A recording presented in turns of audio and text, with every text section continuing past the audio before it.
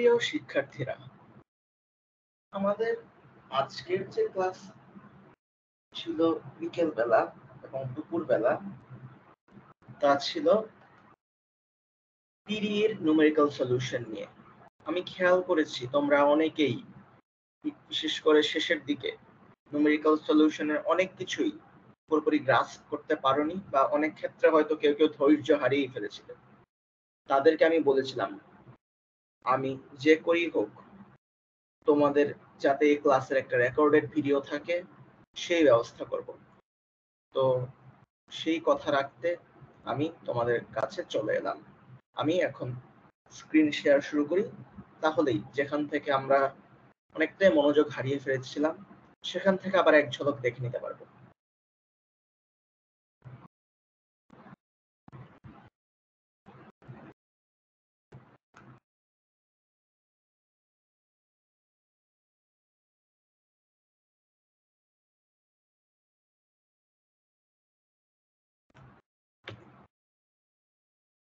আশা করি তোমরা আমার এখন স্ক্রিন দেখতে পাচ্ছ।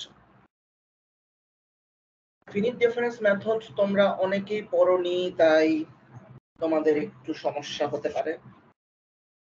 তবে তোমরা যদি ওডিএ নিউমেরিক্যাল সলিউশন চেনো, ফরওয়ার্ড, ব্যাকওয়ার্ড এবং সেন্ট্রাল ডিফারেন্স, তাহলে আশা করি বুঝতে সমস্যা হবে না।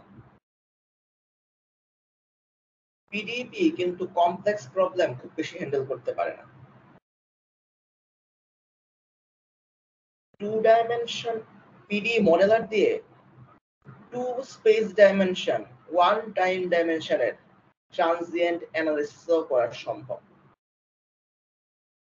কিভাবে করা সম্ভব সেটা করার জন্য প্রথমে আমি তোমাদের দেখাবো যে সিম্পলি ফিনিট ডিফারেন্স মেথডের কোড ম্যাটল্যাবে করে কিভাবে করা সম্ভব, এবং তারপর দেখবো গ্রাফিক্যালি পিডি মডেলার দিয়ে কিভাবে কি করা সম্ভব। মনে করো এটা একটা স্কয়ার। এই স্কয়ারের দুই দিকে টেম্পারেচার ফিক্সড দুই সাইডে, আর উপর এবং নিচে হিট ফ্লাক্স ফিক্সড। তাহলে ট্রানজিয়েন্ট টেম্পারেচার ডিস্ট্রিবিউশন কি হবে? মনে করি আমরা যদি ইউনিট থার্মাল ডিফিউসিভিটি, তাহলে অবশ্যই এই ইকুয়েশনটা আসবে, ল্যাপ্লাস স্কয়ার, এদিকে টি আর এদিকে del capital T del small T. Temperature X ও আই টি তিনটারই ফাংশন। বাম দিকের ভ্যালু x equal to 0 হলে t is equal to tl, x equal to 1 হলে t is equal to tr, x equal to y equal to 0 হলে del t by del y is equal to qt, R y is equal to 1 হয় del t by del y is equal to qt। আর ধরি initially temperature ছিল t not. আমরা যেহেতু numerically কাজ করব, তাই আমরা নিউমেরিক্যাল এক্সাম্পল দিয়ে কাজ চালাবো। ধরি কথার কথা, বাম দিকে টেম্পারেচার ফিক্সড টেম্পারেচার ধরে 3, ডান দিকে 4, উপর দিকে আউটওয়ার্ড এবং আপওয়ার্ড যে ফ্লাক্স এটার মান ধরি 2, আর নিচের দিকে আপওয়ার্ড এবং ইনওয়ার্ড যে ফ্লাক্স সেটা 5। এটা যে ইনওয়ার্ড, নিচেরটা যে ইনওয়ার্ড, এটা আমরা একটু মাথায় রাখি, এটা আমাদের একটু পরে দরকার হবে। তো আমরা কিভাবে কোড করব? আশা করি তোমরা ভিডিওটা পজ করে যেখানে প্রয়োজন সেখান থেকে কোডগুলো দেখে নিতে পারো। প্রথমে আমরা লেফটের 3, রাইটের 4 টেম্পারেচার, ডাউনের 5 ফ্লাক্স, টপের 2 ফ্লাক্স ঠিক করে নিলাম, এবং ইনিশিয়ালি টেম্পারেচার 1 সেটা ধরে নিলাম। ধরি আমরা 0 থেকে 10 টাইম পর্যন্ত হিসাবগুলো করব।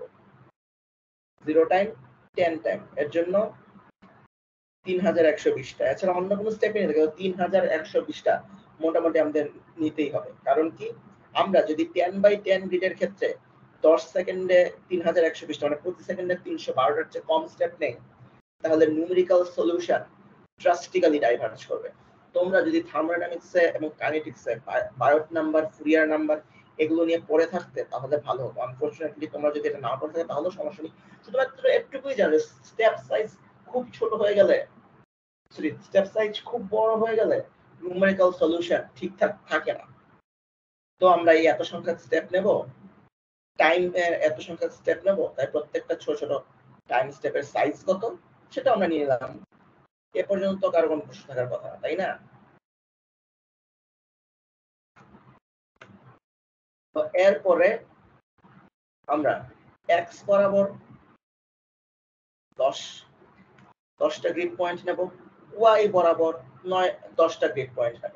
তাহলে এক্স বরাবর হচ্ছে আমাদের ইউনিট স্কয়ার 9 ভাগে ভাগ হবে, ওয়াই বরাবর ইউনিট স্কয়ার 9 ভাগে ভাগ হবে। তাই যে প্রত্যেকটা ছোট ছোট ভাগের মধ্যে স্পেসিং 1/9, ওয়াই বাই 1/9। খেয়াল করেছো কি?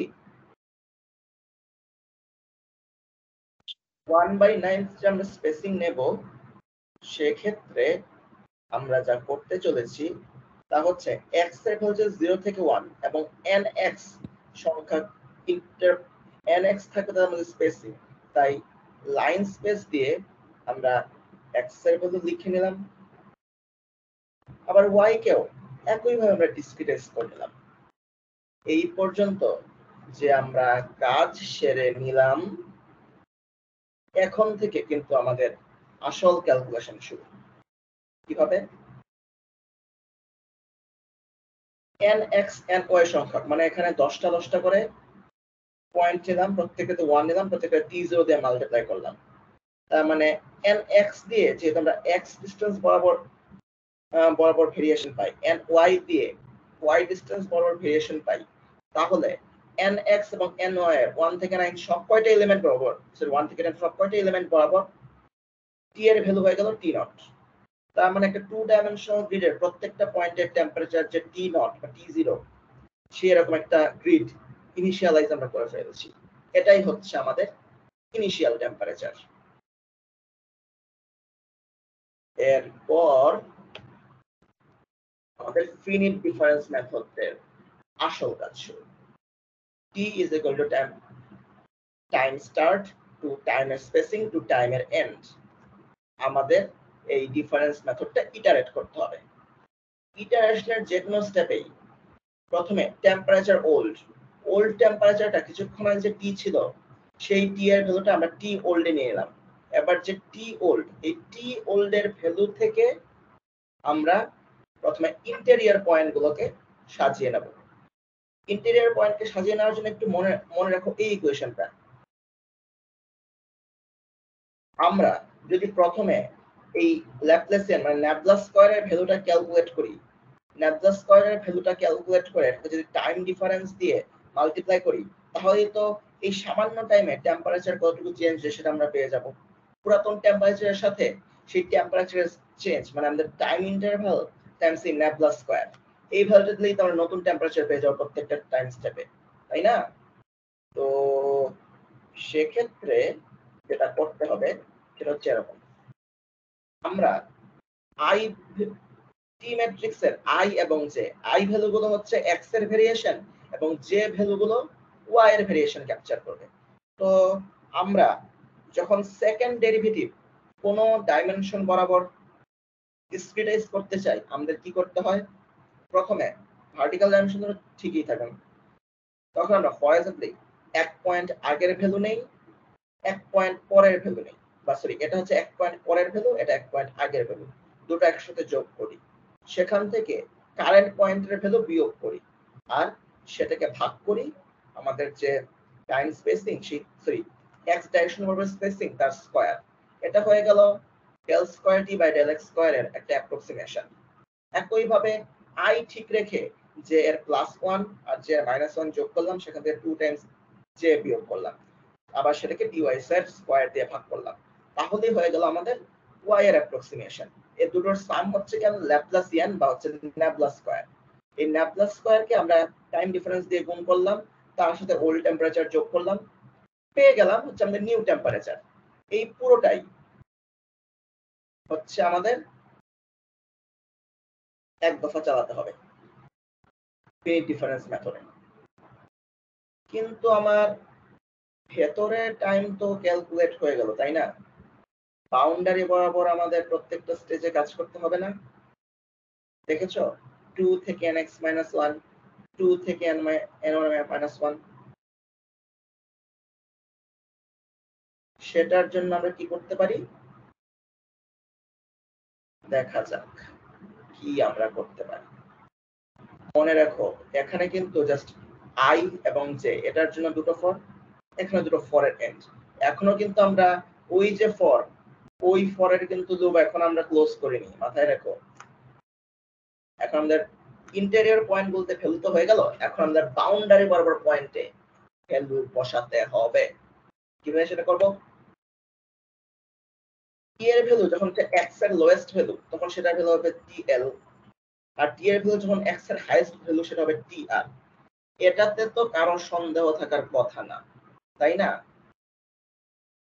তো এখন আমরা টি দিস ওয়ান আর টি কলাম কলন 1 আর টি কলন 2 এটা আসলে কি বোঝাতে চায় আমরা একটু বুঝি তো। পুরো রো, সরি, x এর ভ্যালু পুরোটা, y এর ভ্যালু হচ্ছে লোয়েস্ট। x এর ভ্যালু পুরোটা, y এর ভ্যালু সেকেন্ড লোয়েস্ট। এগুলো তো এটাই বোঝায়, তাই না? তার মানে একদম নিচের দিকে যে ডাউন রিজিয়ন, সেই ডাউন রিজিয়নে আমরা স্লোপের কন্ডিশন অ্যাপ্লাই করছি। তাহলে t colon 2 minus t colon y divided by dy is equal to qd। এটা তো qd এর একদম ডাইরেক্ট ইকুয়েশন, তাই না? কেন ডাউনওয়ার্ড স্লোপ মানে downward flux is equal to positive সাইডের একটু পজিটিভ সাইডের ভ্যালু মাইনাস একটু নেগেটিভ সাইডের ভ্যালু ডিভাইডেড বাই তাদের গ্যাপ। তাহলে সেটাকেই যদি আমরা পক্ষান্তর করি তাহলে আমরা এরকম একটা চেহারা পাই। অন্যদিকে টি পুরো x হাইয়েস্ট y আর টি পুরো x হাইয়েস্ট y থেকে একটু কম, তার মানে আমরা একদম আপার লেভেলের ফ্লাক্সের ভ্যালুটা আমরা বসাচ্ছি। এখন দেখো T colon ny minus T colon ny minus 1 divided by dy is equal to Q U হওয়ার কথা না? এটাই তো হচ্ছে আমাদের আপার লেভেলে ফ্লাক্সের কন্ডিশন, সেটাকে আমরা পক্ষান্তর করে এখানে এসেছি, সেটা তো আমরা বুঝি। তাহলে আমাদের চারদিকের বাউন্ডারি বরাবর চারটা কন্ডিশন হয়ে গেল। এখন হলো এন্ড। এই এন্ডটা কখন হলো? পুরো টি স্টার্ট থেকে টি এন্ড পর্যন্ত চলার পরে হলো। এরপর আমাদের ফাইনাল টেম্পারেচারটা দেখাতে হবে। কালার ম্যাপ আমি একটা এইচএসবি নিয়ে নিলাম কারণ এখানে রংধনুর মতো সব কয়টা রং দেখা যায়। এরপরে হচ্ছে field contour x Y T prime 20। আচ্ছা এই প্রাইমটা কেন দিলাম, ট্রান্সপোজটা কেন করলাম, এটার কথা কিন্তু আগেই বলেছি। আমরা টি এর যে আই জে দিয়ে তো ইন্ডেক্স করা হয়, টি এর আই ভ্যালুটাকে আমরা দিয়েছি এক্স এর সাথে রিলেট করে আর জে ভ্যালুটাকে দিয়েছি ওয়াই এর সাথে রিলেট করে। কিন্তু আই তো হচ্ছে রো এর ইন্ডেক্স আর জে তো হচ্ছে কলামের ইন্ডেক্স, আর রো নাম্বার তো ভার্টিক্যালি ভেরি করে আর কলামের নাম্বার তো হরাইজন্টালি ভেরি করে।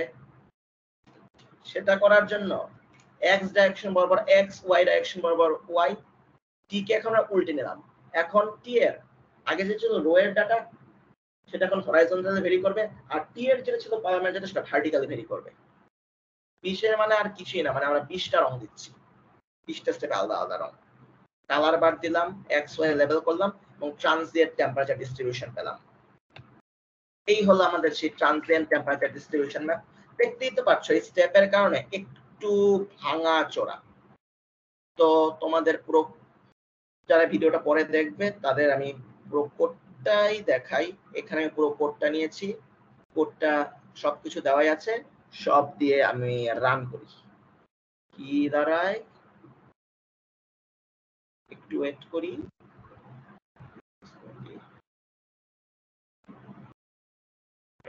হয়ে গেছে, দেখতে পাচ্ছ? আশা করি দেখতে পাচ্ছ। তারাও এটা একটু চ্যাপটা হয়ে গেছে, এটাকে একটু টেনে বড় করি। কালার বারের জন্য এটা একটু চ্যাপটা হয়ে গেছে, কোনো ব্যাপার না। এখন দেখো এখন যদি 3120 জায়গায় 3000 স্টেপ দেই,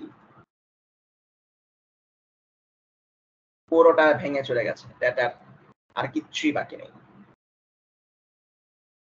3300 স্টেপ দিলে উন্নতি হবে, উন্নতি। আমরা যদি ওই 10-এর এখানে টাইম স্টার্ট এন্ড ঠিক আছে, এখানে যদি আমরা গ্রিডের সংখ্যা বাড়াই তাহলে কিন্তু সেই অনুপাতে হিসাব করে এই টাইমের স্টেপের সংখ্যাও বাড়াতে হবে। পুরোটাই হচ্ছে ফুরিয়ার নাম্বারের কনসেপ্টের সাথে রিলেটেড, কিন্তু ওটা যেহেতু হিট এন্ড মাস ট্রান্সফারের সাথে যাবে আর তোমরা যেহেতু নুমেরিক্যালি পিডিএ সলভ শেখোনি, তাই ওখানে আর আপাতত না গেলাম। খেয়াল করেছো কি এখানে আঁকা বাঁকা ভাঙা চোরা লাইনগুলো, এই আঁকা বাঁকা ভাঙা চোরা লাইনগুলো যাতে না আসে তার জন্য আমরা এটাকে গ্রাফিক্যালি সলভ করব পিডিই মডেলার দিয়ে। পিডিই মডেলার। তো এখন আর কিছু না বলে সরাসরি চলে যাই পিডিই মডেলারে। স্ক্রিনের নিচের দিকে খেয়াল করো, পিডিই MODELER, পিডিই মডেলার ক্লিক করলাম এবং এসে গেল। অনেকটা সলিড ওয়ার্কসে হচ্ছে তোমাদের 2D ড্রয়িং এ যে অপশন গুলো থাকে অনেকটা সেরকম। আমরা প্রথমে বলেছিলাম কি একটা ইউনিট স্কয়ার, প্রথমে আমরা কোণার দিকে একটা ক্লিক করলাম, এই কোণাটা হচ্ছে স্কয়ার বা রেক্ট্যাঙ্গল ড্র করার জন্য। তারপর হচ্ছে মাউসের লেফট বাটন বা নট কোনো বাটন দিয়ে ক্লিক করলাম, ক্লিক করলে এটাকে টানতে থাকলাম কোণা বরাবর, হয়ে গেল আমাদের একটা রেক্ট্যাঙ্গল। তো এখন এটাকে ঠিকঠাক করে আনতে হবে। আমি চাই যেটা এই কোণাটা থাকে 0 0 আর ওয়ান সাইজ ওয়ান, মানে এটা হবে অরিজিন, এটা লেংথ 1 উইডথ 1। কি করতে হবে, এটা আমি ডাবল ক্লিক করলাম, লেফট পয়েন্টটাকে রাখবো 0, বটম পয়েন্টকেও আমি রাখবো 0, উইডথ রাখবো 1, হাইটও রাখবো 1। নেম চেঞ্জ করার কোনো দরকার নেই। হয়ে গেল কাজ। এরপরে আমরা এখানে ডিসক্রিট পয়েন্ট তো নিতে হবে, তাই না? এই ডিসক্রিট পয়েন্ট নেবার জন্য আমরা মেশে ক্লিক করলাম, ইনিশিয়ালাইজ মেশ। এই তো মেশ তৈরি হয়ে গেল। আমরা যদি আরো সূক্ষ্ম হিসাব করতে চাই, মেশে গিয়ে রিফাইন মেশ আরো হয়ে গেল। আর বেশি ছোট মেশের কোনো দরকার নেই, এটাই যথেষ্ট। তারপর আমরা ভালো কথা, আমরা যদি একটা খুবই লিনিয়ার পিডিই সলভ করছি, কিন্তু দেখিয়ে দেওয়া ভালো মাঝে মাঝে complicated non linear PDE solve করার জন্য এই আইডিয়াগুলো বেশ ভালো কাজে দেয়। আমরা সলভে ক্লিক করলাম, সলভ পিডিই দিয়ে প্যারামিটারসে ক্লিক করলাম, অ্যাডাপটিভ মোড অন করে রাখলাম। এতে কি সুবিধা হলো, আমরা দেখেছেন যে স্টিফ ইকুয়েশন হয়ে গেলে অন্য ধরনের অ্যালগরিদম লাগে, এরকম একটু সোজা বাংলা যাকে বলা হয় তেরা বেঁকা লাইনে যদি ইকুয়েশনের ভ্যালুগুলো ডাইভার্জ করতে থাকে সলিউশন, সেটাকে ঠিকঠাক রাস্তায় আনার জন্য, ঠিকঠাক স্পেসিং এ আনার জন্য অ্যাডাপটিভ মোড। আর এটা যদিও লিনিয়ার, তোমাদের সুবিধার জন্য বলে কি নন লিনিয়ার সলভার ইউজ করে আমি এটাকে যাতে নন লিনিয়ারও ঠিকঠাক চলে সেটার জন্য প্রস্তুত করলাম। মনে রেখো আমি কিন্তু এখনো কোন পিডি সলভ করতে হবে তার ইনিশিয়ালি বাউন্ডারি কন্ডিশন কি আমি কিচ্ছুই দেইনি। যখন আমি একবার কোন পিডিটা সলভ করতে হবে সেটা দিয়ে দেব, তখন কিন্তু সলভ আর এই অপশন আমি পাবো না। ওই পিডিটা দেওয়ার আগেই আমাকে কাজটা সারতে হবে। সলভ প্যারামিটারস ওকে করলাম। এবার আমাদের বাউন্ডারি কন্ডিশন গুলো বসাতে হবে, তাই না? বাউন্ডারি কন্ডিশন বসাতে গেলে আমরা বাউন্ডারি ক্লিক করলাম, বাউন্ডারি মোডে ক্লিক করলাম। এবার আমাদের চারটা বাউন্ডারি আছে না, চারটা বাউন্ডারি একে একে ধরতে হবে। চারটা বাউন্ডারিতে মনে করো এই বাউন্ডারিতে আমরা ইকুয়েশন ধরবো, এই সাইডে ইউ বা T what ever call it, এটা হলো ফিক্সড 3, তাই না? তাই ক্লিক ডাবল ক্লিক করলাম, ডিরিচলেট বাউন্ডারি কন্ডিশন আর নিউম্যান বাউন্ডারি কন্ডিশন। আশা করি এই দুই বাউন্ডারি কন্ডিশন সম্পর্কে তুমি জানো, না জানলেও সমস্যা নেই। এই যে উপরের কোণায়, এই উপরের কোণায় বাউন্ডারি কন্ডিশন ইকুয়েশন দেওয়াই আছে। আমাদের ডিরিচলেটটাই লাগবে। h times u equal to r, h এর ভ্যালু 1, r এর ভ্যালু 3 হলে 1 multiplied by u is equal to 3, u equal to 3 হয়ে গেল। তাই h এর ভ্যালু রাখি 1, r এর ভ্যালু রাখি 3। মনে রাখো এটা কিন্তু বাম সাইডে, এটা লেফট সাইড। এরপর ডান সাইডের বাউন্ডারির উপর গিয়ে ডাবল ক্লিক, এখানেও Dirichlet 1 Times u is equal two 4, h is equal two 1, r is equal two 4, তাহলেই তো u ইকুয়াল টু 4 হবে, তাই না? হয়ে গেল। এই বামের আর ডানের হয়ে গেল। এবার ওপরের আর নিচেরটা বাকি। মনোযোগ সহকারে একটু দেখি। এবার কিন্তু যেহেতু ফ্লাক্সের পরিমাণ ফিক্সড, তাই এখন আর ডিরিচলেটে যেতে হবে, যাওয়া যাবে না, নিউম্যানে যেতে হবে। n এবং c বাউন্ডারি কন্ডিশনের এই ইকুয়েশন, এখানে আমাদের এত মাথা ঘামানোর দরকার নেই, আমরা একটু ধৈর্য ধরে বুঝি। প্রথমত n এবং c এখানে টাচ করার কিছু নেই, এটা জাস্ট যেই লাইনটা দেওয়া আছে সেটা কোনো বাউন্ডারির তো অংশ, সেই বাউন্ডারির নরমাল বরাবর, সেই নরমালের গ্রেডিয়েন্টের লেংথ বরাবর এটসেট্রা, এই ভ্যালুটাই n আর c ইন্ডিকেট করে। গ্রেডিয়েন্ট অফ u মানে আউটওয়ার্ড ফ্লাক্স, আর q u is equal to c। সুতরাং আমরা যেহেতু ভার্টিক্যাল ভ্যালু নিয়েছি, এখানে গ্রেডিয়েন্ট অফ u মানে del u by del y, তাহলে কি হবে? nc এর ভ্যালু তো আমাদের হাতে নেই, ওটা বাদ। তাহলে gradient of u is equal to কত? Gradient of u plus 0 Times u is equal to 2। মনে পড়ে আমাদের ওপরের দিকে আউটওয়ার্ড পজিটিভ যে ফ্লাক্স, তার ভ্যালু ছিল 2, তাই q থাকে 0, z থাকে 2।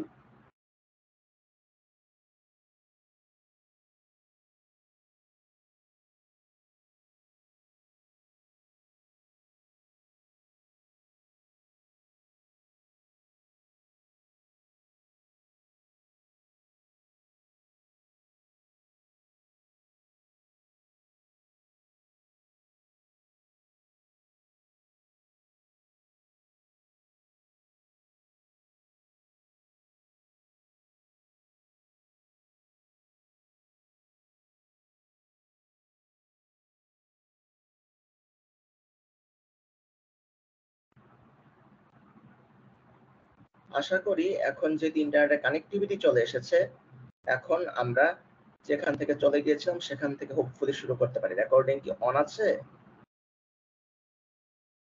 হ্যাঁ, রেকর্ডিং অনই আছে। আপাতত আমাদের কথা না বললেও চলবে, কারণ এটা একটা রেকর্ডেড ভিডিও হতে চলেছে। ঠিক আছে, তো এখন আমরা আবার আগের জায়গায় ফিরে যাই পিডি মডেলারে এবং ফিরে যাই বাউন্ডারি কন্ডিশনে। যেটা বলছিলাম, আমাদের এখানে q এর ভ্যালু হচ্ছে 0, z এর ভ্যালু হচ্ছে 2, nc এর উপর তো আমাদের কোনো হাত নেই, সুতরাং gradient of u plus 0 is equal two 2। এটুকু হয়ে গেল। দেখেছো, ডিরিচলেটের জন্য লাল কালার, নিউম্যানের জন্য নীল কালার, বোঝার সুবিধার্থে। এবার নিচেরটার উপর ডাবল ক্লিক করি। এবার একটু সাবধানে হিসাব করি, কারণ এই যে পিডি মডেলার এই এনসি দিয়ে সবসময় একটা এরিয়া আউটওয়ার্ড নরমাল চিন্তা করে, সেটা পজিটিভ সাইডে হলো না নেগেটিভ সাইডে হলো সেটা বিবেচ্য বিষয় নয়। বিবেচ্য বিষয় হলো সেটা কি ইনওয়ার্ড হলো না আউটওয়ার্ড হলো। আমরা কিছুক্ষণ আগে যে কন্ডিশনটা দেখিয়েছিলাম সেই কন্ডিশনটা ছিল পজিটিভ, অর্থাৎ ইনওয়ার্ড ফ্লাক্সের পরিমাণ +5, সুতরাং আউটওয়ার্ড নেগেটিভ -5। তাই কিউ এর ভ্যালু 0 থাকবে, জি এর ভ্যালু হয়ে যাবে -5। ওকে,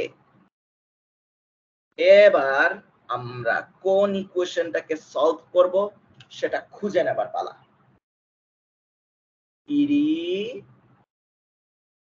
পিডি স্পেসিফিকেশনস এসে গেল। আমরা এখানে মাত্র 4 ধরনের পিডি সলভ করতে পারি। কিন্তু এই 4 ধরনের প্রত্যেকটাই ইমেন্সলি পাওয়ারফুল এবং ইমেন্সলি ওয়াইডলি ইউজড পিডি। ইলিপ্টিকের কাজ হবে ইলিপ্টিক, প্যারাবোলিক, হাইপারবোলিক, আইগেনমোড। এই যে প্যারাবোলিক ইকুয়েশন, এই প্যারাবোলিক ইকুয়েশনের মধ্যেই লুকিয়ে আছে আমাদের যে সলিউশন। কিভাবে? দেখো এখানে যে ইউ ড্যাশ দেখাচ্ছে এটা কিন্তু del u by del small t time derivative. আমাদের কিন্তু একটা ফার্স্ট অর্ডার টাইম ডেরিভেটিভ দরকার, সেটার দরকার মিটে গেছে। ডি এর ভ্যালু 1 টাইমস একটা ফার্স্ট ডেরিভেটিভ। এখন divergence C of gradient of u, C একটা কনস্ট্যান্ট, এই কনস্ট্যান্টের ভ্যালু যদি 1 হয় তাহলে কোন ফাংশনের গ্রেডিয়েন্ট নিয়ে আবার তার ডাইভারজেন্স দিলে সেটা ল্যাপ্লাস স্কয়ার হয়ে যায়, মানে del square del x square del square del y square C, এরকম একটা ফর্মে আসে। তাহলে এখন সি এর ভ্যালু 1 হয়ে গেলেই তো আমার যা দরকার তা পেয়ে গেছি। এখন এর ভ্যালুটা 0 থাক, এফ এর ভ্যালুও 0 থাক, আমাদের ইকুয়েশনটাও হয়ে গেল। এবার আমাদের সেট করতে হবে কত টাইম থেকে আমি ক্যালকুলেশন শুরু করছি এবং ইনিশিয়াল টেম্পারেচার প্রোফাইল বা ইনিশিয়াল ইউ এর ভ্যালু কত, সেটার জন্য এখন আমরা সলভ প্যারামিটারসে ক্লিক করি। দেখো আমি একবার যখন ইকুয়েশন চুজ করে নিলাম তখন কিন্তু সব চেঞ্জ এখানেই ঘটে গেছে। এখন তুমি আর নন লিনিয়ার অ্যাডাপটিভ এগুলো কিছু করতে পারবে না, এখন শুধু টাইমে হাত দিতে পারবে। দেখো স্টার্টের টাইম 0, এন্ডের টাইম 10, এটুকু জানলেই চলবে। এর ভেতরে স্পেসিং পিডি মডেলার নিজেই বেছে নেবে। আর ইনিশিয়াল যে ইউ এর ভ্যালু সেটা ছিল 1, অ্যাবসলিউট বা রিলেটিভ টলারেন্সে আমাদের কোনো হাত না দিলেও চলবে।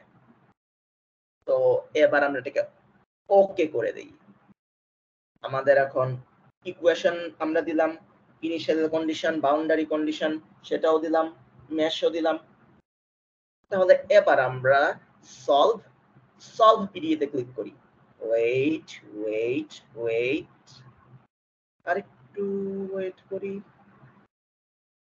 Solution is coming any moment now. আহা, এই যে কালার স্কেল, এই কালার স্কেলটা একটু বিবর্ণ, তাই না? কালারটা অনেকের সুন্দর লাগতে পারে কিন্তু এখানে অনেকের ডিটেল বোঝা যায় না। তাই ডিটেল ভালো বোঝার জন্য প্লটে গিয়ে প্লটের প্যারামিটারসে ক্লিক করি। আমরা কালার তো দেবই, কন্টুরও দেব, কালার ম্যাপ। আচ্ছা, তিনজন জয়েন করছে বিকজ এটা হচ্ছে এমনি একটা রেকর্ডিং ক্লাস। ওকে, যেহেতু এটা একটা রেকর্ডেড ক্লাস হতে চলেছে তাই আপাতত আমি রেকর্ডিংটা শেষ করব এবং তারপর তোমাদের কোয়েশ্চেন যদি কিছু থাকে তা নেওয়া হবে। Hopefully that could not be any problem to you. যারা রেকর্ড করছে তারা যেন একটা ক্লিন এন্ড নিট রেকর্ড পায়, সেটা আমাদের প্রাইমারি টার্গেট। আমরা কালার ম্যাপকে এইচএসভি নিয়ে দিলাম যাতে আমরা রংধনুর মতো রং পাই। এবার আমরা প্লটে ক্লিক করলাম। প্লটে এবার যখন ক্লিক করলাম আমাদের সেই রংধনুর মতো রং চলে এসেছে। এবার আমরা একটু বড় করে দেখতে চাই। অপশনস, জুম, জুমে গিয়ে এই কোণা থেকে ওই কোণা পর্যন্ত টেনে নিলাম, ফুললি জুম হয়ে গেল। আরো করলাম, আরো জুম, আরো করলাম, আরো জুম, আরো করলাম, আরো জুম। জুম আউট হবে কি করে? একটা পয়েন্টে just double click and we are zoomed out. তো এবার দেখো এই ছবিটা একদিকে রাখি, তাও সাইজটা একটু ঠিকঠাক করে নিই। আর এই ছবিটা তো একদিকে রইলই,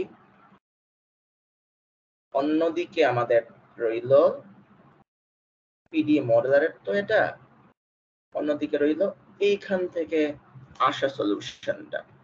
কোথায় সেই সলিউশনটা? এসে যাবে এনি মোমেন্ট।